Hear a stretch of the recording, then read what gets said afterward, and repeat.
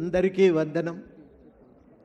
ముందుగా గద్దర్కు నివాళులర్పిస్తూ, ఆయన పోవటం అంటే తెలంగాణ తన ఒక దిక్సూచిని కోల్పోయినట్టే. తెలంగాణ సమాజము 1970ల నుంచి చేస్తూ వచ్చిన పోరాటాలకి ఆయన ప్రతీక. దానికి ఒక నిలువెత్తు సాక్ష్యం ఆ పోరాటాలకు.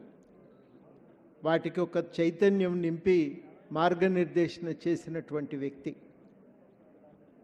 చాలా గొప్పగా జీవితం అంతా కూడా ఏ ప్రజాస్వామిక విలువలతో ఆయన ఉద్యమాల్లోకి ప్రవేశించిండో ఆ ఉద్యమాల పట్ల, విలువల పట్ల తన నిబద్ధతను మాత్రం ఎప్పుడూ వదిలిపెట్టలేదు.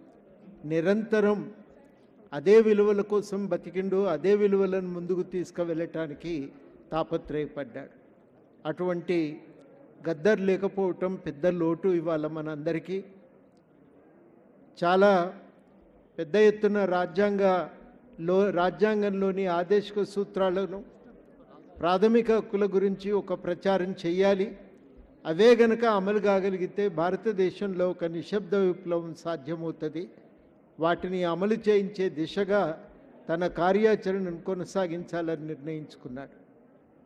అట్లా ఒక ఒరవడిని, ప్రజాస్వామిక మార్పు కోసం తన ఒరవడిని మాత్రం ఆపకుండా దాన్ని కొనసాగించే లక్ష్యంతో ఆయన నిలబడి ఉన్న సమయంలో ఆయన పోవటం మనందరికీ కూడా పెద్ద లోటు. ఆయన లేకపోయినా ఆయన మాటలు ఉన్నాయి, పాటలు ఉన్నాయి. వాటి స్ఫూర్తితో మనం ముందుకు కొనసాగవలసిన బాధ్యత మనందరి మీద ఉంది. ఆయన ఏ విలువల కోసం నిలబడ్డాడో ఆ విలువలను ఆచరణలో పెట్టడమే మనందరి కర్తవ్యం.